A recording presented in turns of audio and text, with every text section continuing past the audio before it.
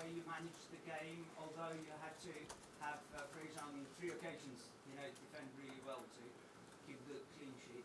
Yeah, look, I think, we had to do a little bit of everything today. It's not easy when sort of I'm making 10 changes to the team, it disrupts the flow and rhythm of our football, but I thought for the most part the boys handled it really well. We controlled the game for the most part. I thought we created some good opportunities that we lacked a little bit of composure in that front third, and we had to defend, particularly on the counter-attack a couple of times. As you said, Fraser pulled off a couple of good saves, which I think is a positive for us because, again, we had 3 teenagers in the starting lineup who have got another game under their belt, guys who haven't played a lot, have contributed, and we're going to need the squad. We've still got a really heavy program, and to get a third win, I think, is a positive night. So many positives. Mikey was really good on the left and on the right. The youngsters are taking their chances in these European games. Yeah, it's great. It's great to see that. It's not just me giving them games. They're making impacts. They're playing well. They're developing. I think they're growing in confidence and belief, which is great. And like I said, when you're talking about 18 to 18-year-olds and a 17-year-old, it's great for us because, if they keep contributing and developing at the same time, not just for the short term, but for the longer term, it's a real encouraging sign. No. Hi, Ange. On TV, James Maddison just said that from minute 45 to 65, it looked like Tottenham had Neymar on the left wing. I wonder what you thought of that comparison. Pretty hard for me to keep a lid on it now, isn't it, mate? It's not my fault, is it? Yeah, no, it's not, to be fair.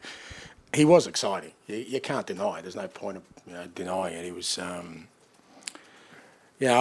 love the way, Mikey is just taking it all in his stride. He's kind of working hard every day. He's wanting to develop. He's kind of understanding that this is a journey, and would be very easy for a young guy like him who's just turned 17 to feel like he's somehow made it, but you never get that sense. And it's exciting, yeah, it is. When you've got such a young player who wants that responsibility to make an impact rather than just sort of, sometimes, again, with young players, they're a bit worried about making mistakes, but he's developing well. We just got to be really careful, about sort of how we use him and when we use him. I think that's the key for us, particularly in these early stages. But I have no fear throwing him in. Absolutely not. I know he's, I see it every day that he's a great young player and definitely more to come. He's strong as well, isn't he? Have you seen many 17-year-olds that strong? Yeah, no. Like I said, he handles it all really well. Knock on wood. And I still think he's got a bit of growing to do, to be honest. When I look at him, he certainly has in the last 6 to 12 months. But yeah, look, like I said, with all these things, you rightly so. You're worried about sort of putting too much pressure on young players, particularly in today's world. But like I said, the thing that gives me the most sort of confidence is just how he's handling everything. I don't think that even if he does hear what Matt has said about him will affect him tomorrow. I think, and that's the key thing for us. And it's like I said, it's exciting. I mean, you do. I was excited. I wanted them to pass him the ball as well. Just keep giving them the ball. Why not? So great to see. And just on that, Ange, he could have kind of let his head drop presumably after that early chance, but he didn't hide it at all, did he? Yeah, no, he's got to work on his heading, to be fair. He's had a couple of those opportunities, so he's not the complete product. But that's what I mean. I think he's got a really mature outlook. He doesn't let those kind of things faze him. Even if he tries to take a player on and it doesn't work, he's not going to shy away from it the next time. And I've played him out on the right, but I definitely think he looks more comfortable out on the left. But even taking that into context, he still contributes when we put him on the right. It's not like he's totally lost out there. So he's like I said, he's got a great sort of mature outlook on football. And Maddison also said he wanted Richie to take the penalty to kind of get his confidence up and get a goal. I mean, did you have a view on that? And presumably you're kind of happy to see him do that? As long as they score, mate, doesn't really bother me. But I thought Madders was outstanding today. He led.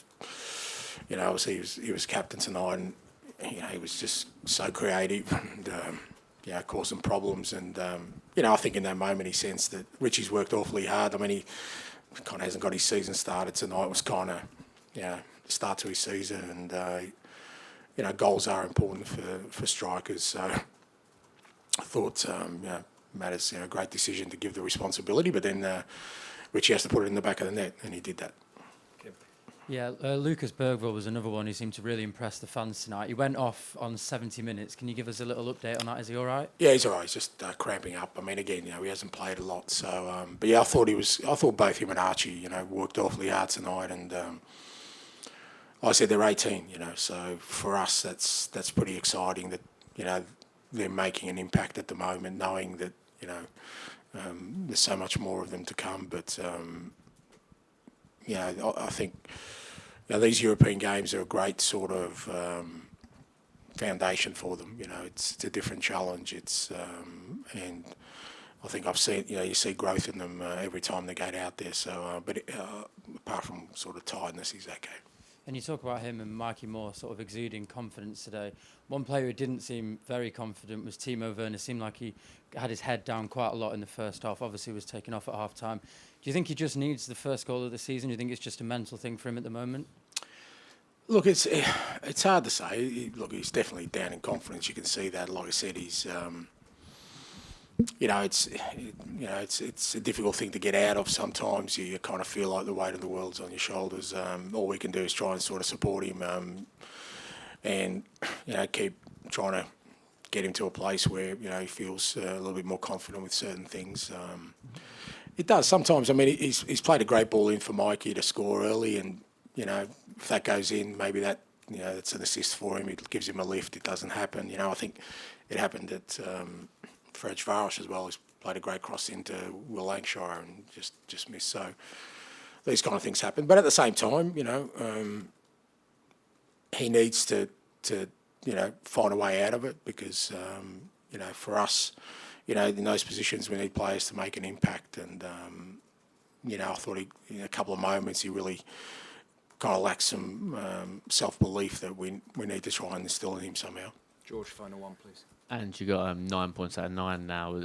Have you or anyone at the club sort of thought about what it might take to get in that top 8 and kind of secure that? Oh, mate, I don't even look at that little table, mate. It's just too confusing for me.